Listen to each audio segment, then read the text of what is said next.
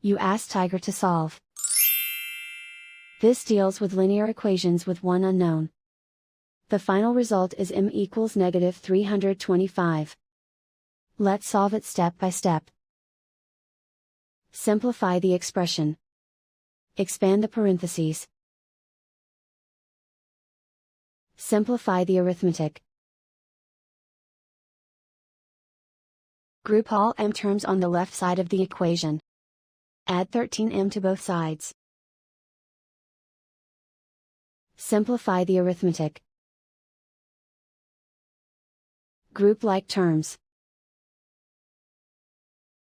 Simplify the arithmetic.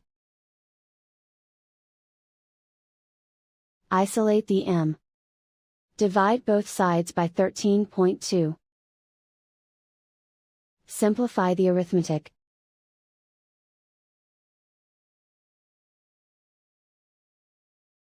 And so the final result is m equals -325.